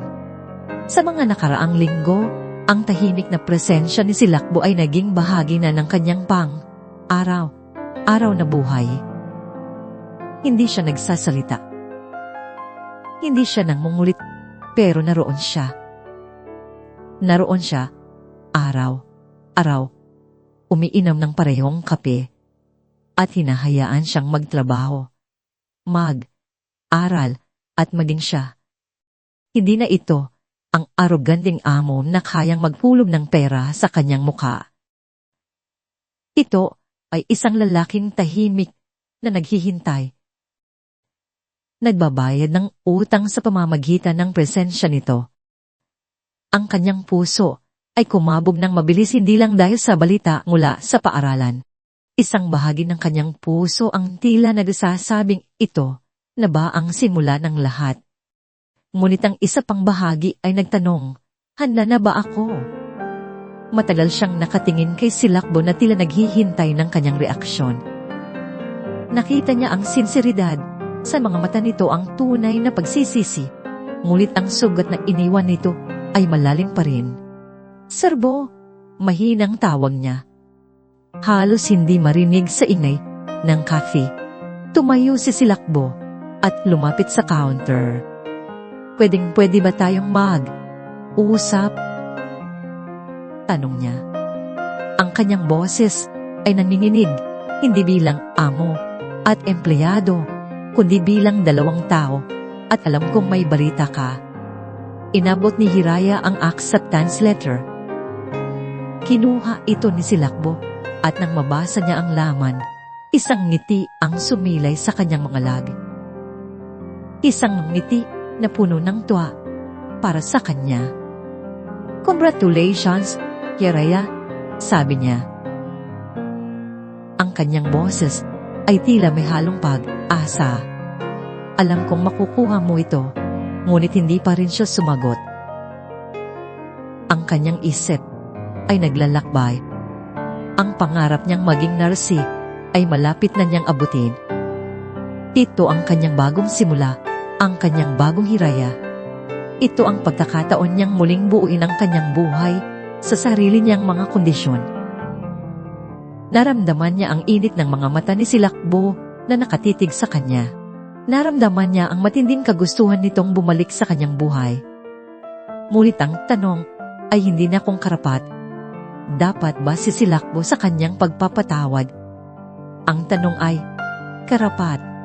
Dapat ba siya sa bagong hirayan na ito at handa ba ang bagong hirayan na ito na muling magtiwala, muling magbukas ng puso sa isang tao na minsan nang masak nito? Ang kanyang buhay ay nasa isang bagong sangandaan. Ang kanyang pangarap ay malapit na niyang abutin. Ngunit sa pagharap niya sa bagong simula, isang tanong ang umalingaw sa kanyang isipan na tila isang huling pagsubok ng tadhana.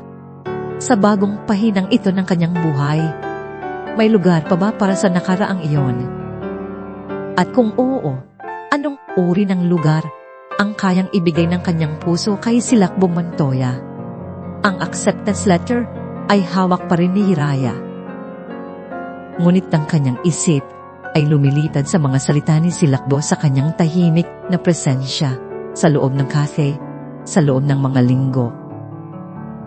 Ang pagbabago sa kanyang amo ngayon ay hindi na isang amo, kundi isang lalaking puno ng pagsisisi ay malinaw.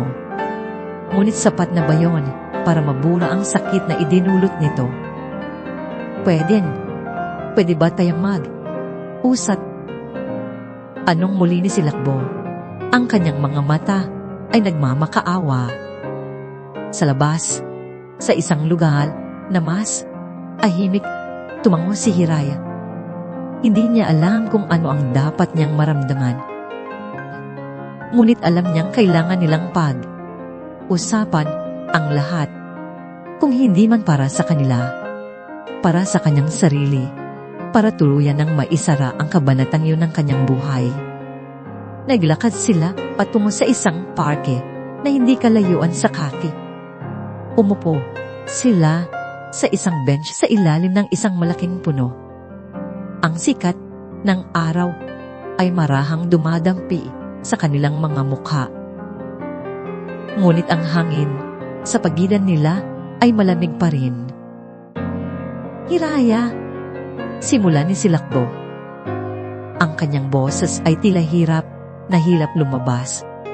Alam kong hindi ko na maibabalik ang nakaraan. Alam kong hindi ko na mabubura ang sakit na idinulot ko sa iyo.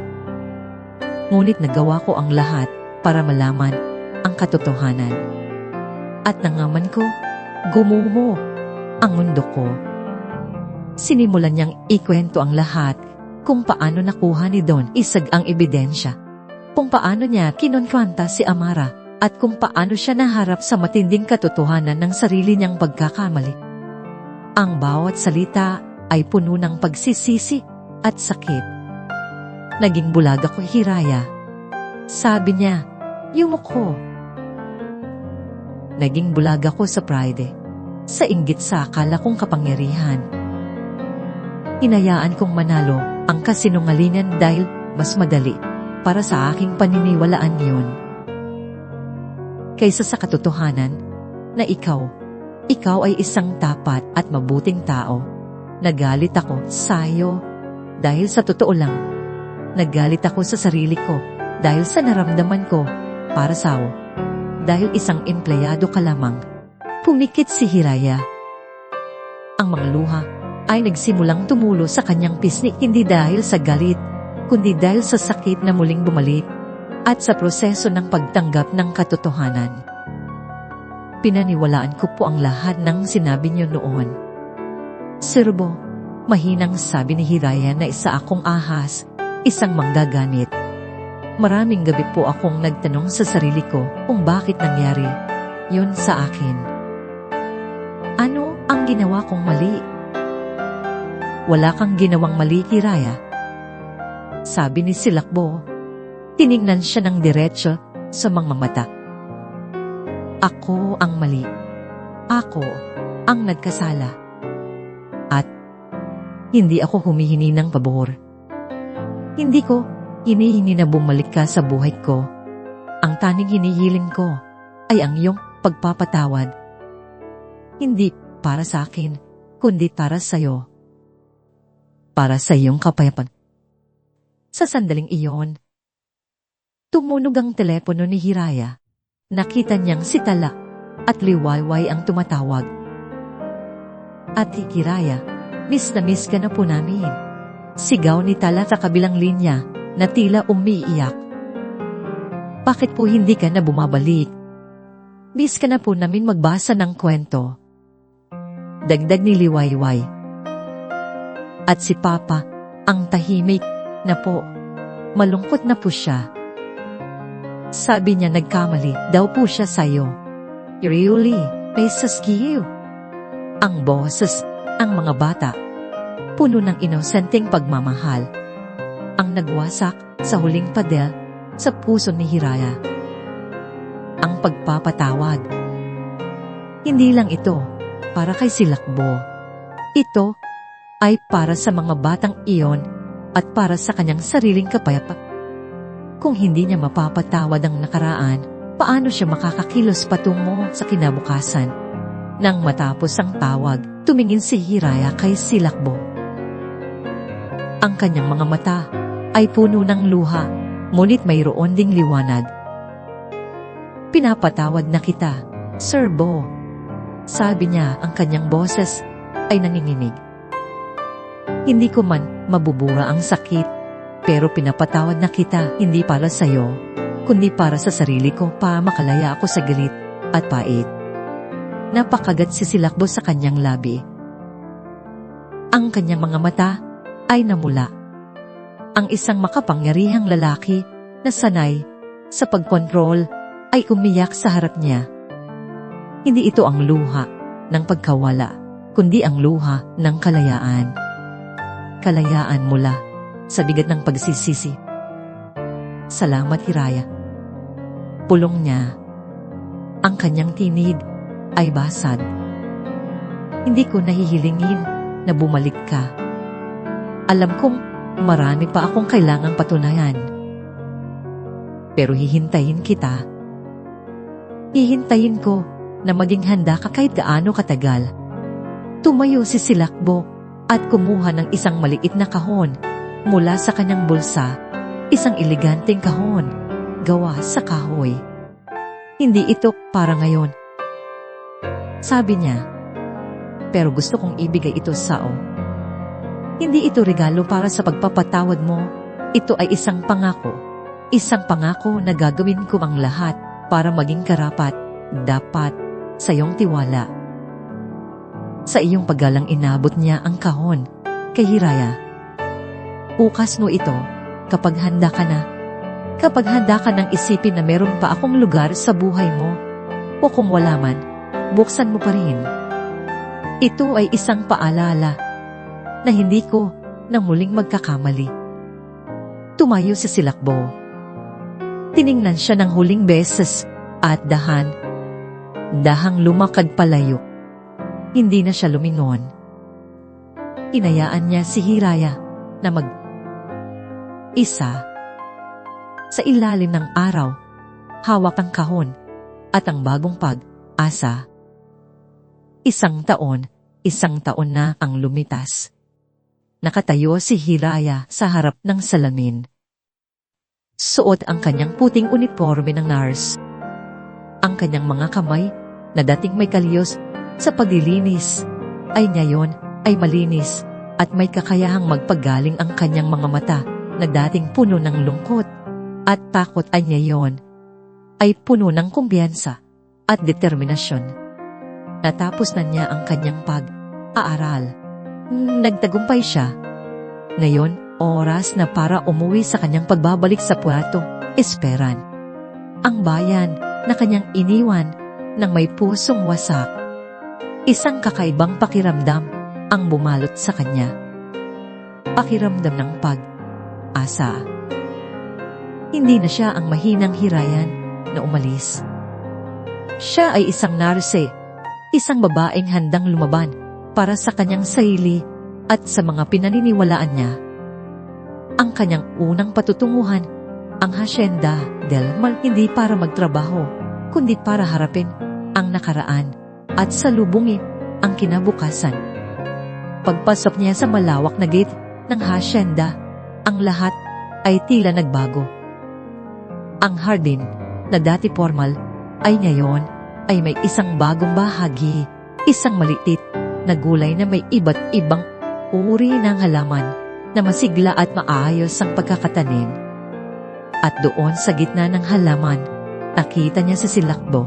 Hindi na ito nakasuot ng corporate attire, kundi isang simpleng polo shirt at jeans. Nakaluhod ito sa lupa, kasama si Natala at Liwayway na mas malalaki, na ngayon na masayang nagtatanim ng mga buto. Papa, tingnan mo ang ganda ng bulaklak na ito. Sigaw ni Tala. Ipinapakita ang isang sariwang bulaklak.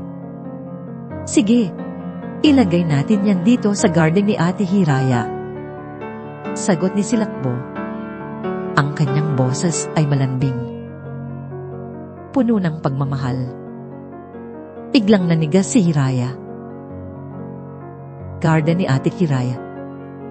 Napatingin si Silakbo sa kanya, at sa sandaling iyon nagtama ang kanilang mga mata. Ang nangiti sa labi ni Silakbo ay nawala, napalitan ng gulat, at pagkatapos ay isang matinding kagalakan. Hiraya, bulong niya. Tumayo at dahang lumapit. Mabilis na tumakbo si Natala at Liwayway patungo sa kanya. Umiiyak sa tuwa. Ate Hiraya, bumalik ka na. Sigaw ni Liwayway. Niyakap siya ng mahigpit. Miss na miss ka na po namin.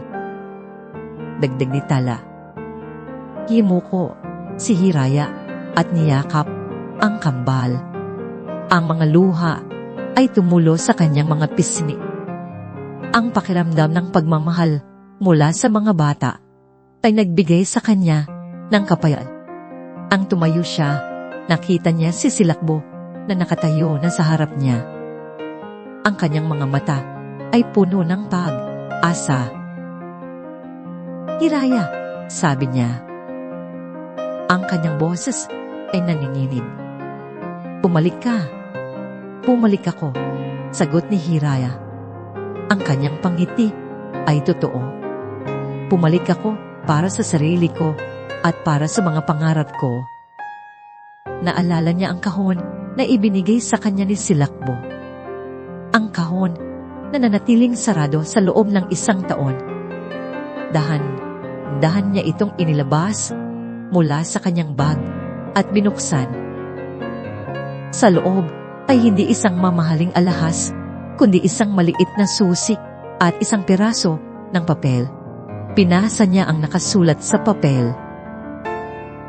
Isang tanda ng pagbabago, isang pangako ng paglilingkod. Ito ang susi sa isang munting klinika na itinayo ko para sa mga nangangailangan sa puerto. Esperanza sa pangalan ng iyong ina. Ito ay para sa Hiraya upang matupad mo ang iyong pangarap at matulungan ng iba. Sana isang araw ang klinika na ito ang maging simula ng ating bagong kwento. At sa ilalim ng sulat, mayroong isang singsing. Isang simpleng singsing, ngunit kumikinang sa siniridad. Tumingin si Hiraya kay Silakbo. Ang kanyang mga mata ay puno ng luha. Hindi na siya umiyak dahil sa sakit, kundi dahil sa pag-ibig at pag-asa. Nakita niya ang isang lalaking hindi na mayabang, hindi na mapagmataas. Nakita niya ang isang lalaking natuto ng magmahal gamit ang kanyang puso. Lumuhod si Silakbo sa harap niya sa gitna ng hardin na puno ng bagong buhay. Hiraya dalisay, sabi niya. Ang kanyang boses ay naninginig ngunit puno ng pag-asa. Kinuha niya ang kamay ni Hiraya na tila nagmamadali ngunit maingat. Noon, inusgahan kita. Pinaniwalaan ko, inungalingan, at sinira ko iyong dignidad. Ngayon sa harap ng mga anak natin, At sa harap ng hardin na ito na simbolo ng pagbabago, gusto kong itama ang lahat. Hawak niya ang sing-sing. Hindi ko ito ibinibigay, Sao, dahil sa utang na loob. Ibinibigay ko ito, Sao, dahil mahal kita. Hiraya.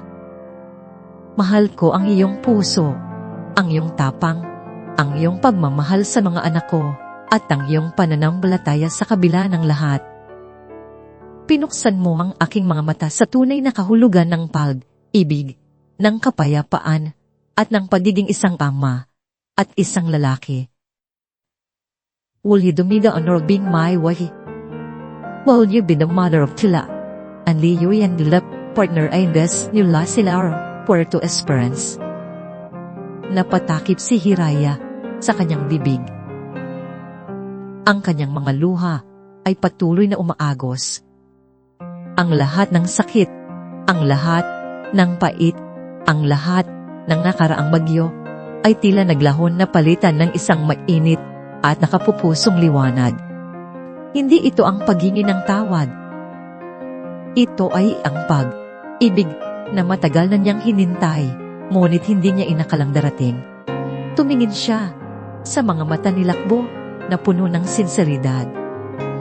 Tumingin siya sa mga mata ni Natala at Liwayway na puno ng pag-asa, at doon, sa gitna ng kanilang munting hardin, sa gitna ng mga bulaklak na sumisimbolo sa bagong simula, nakita niya ang lahat ng kanyang pangarap na nagkakatotoo.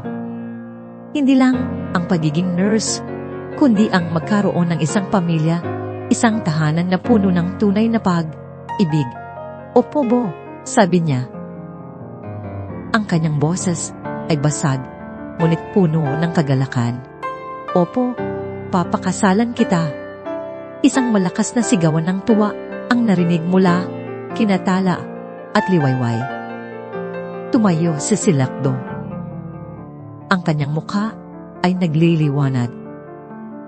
Isinuot niya ang sing-sing sa daliri ni Hiraya at pagkatapos ay niyakap siya ng mahigpit. Isang yakap na puno ng pagpapatawad, pag-asa at walang hanggang pag-ibig. Ang lahat ng pait ng nakaraan ay natunaw sa sandaling iyon. Ang Hacienda del Mar na dating simbolo ng kanyang pagdurusa ay ngayon ay naging tahanan na ng kanyang bagong pamilya.